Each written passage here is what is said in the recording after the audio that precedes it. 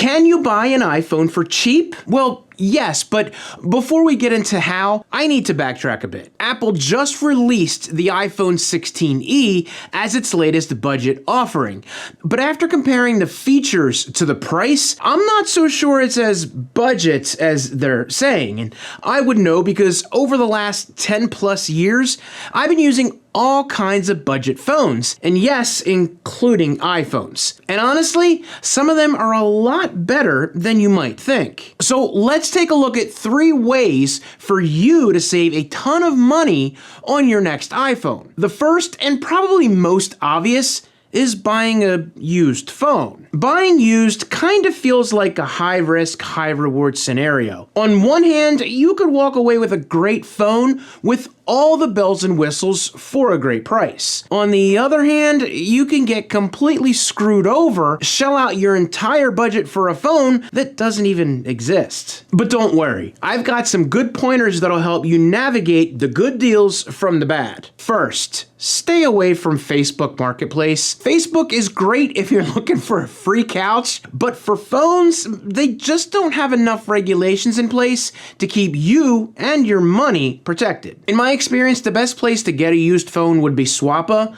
They have regulations in place, and sellers have to jump through a lot of hoops to prove what they're selling is legit. And if you're lucky, you can even find some mobile carriers selling refurbished or used iPhones there, which is an added layer of protection against a scam. If you decide to buy a used phone, please do your research. Before you agree to the deal, find out as much as you can about the phone's condition and battery life. Hey, real quick, if you've bought a used phone, go ahead and let me know in the comments down below.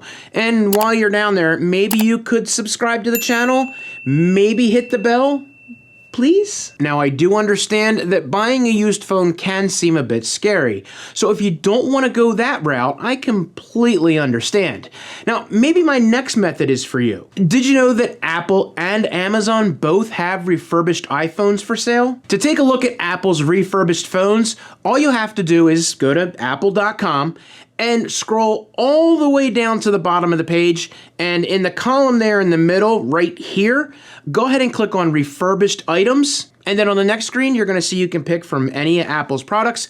Go ahead and click on phones, and in here, you'll be able to search for exactly which phone you're looking for and what deals they have. Now, they do change a lot, so don't get frustrated if you don't see something right away, but this is a good place to check. Now for Amazon, just head to their website and search for the phone that you want to check out, whether it be the iPhone 15 or the 14 or whatever. Just go ahead and search for the phone that you're looking for. Now, a word of caution. If you're searching for a refurbished phone on Amazon, beware of imitations. Even if you search for refurbished iPhones specifically, you're likely to go find sponsored posts for cheap knockoff iPhones. So please read carefully, unless you want to end up with a 16 Pro Max running Android 13. I should really get one of these. Now, just like used phones, there are some sacrifices.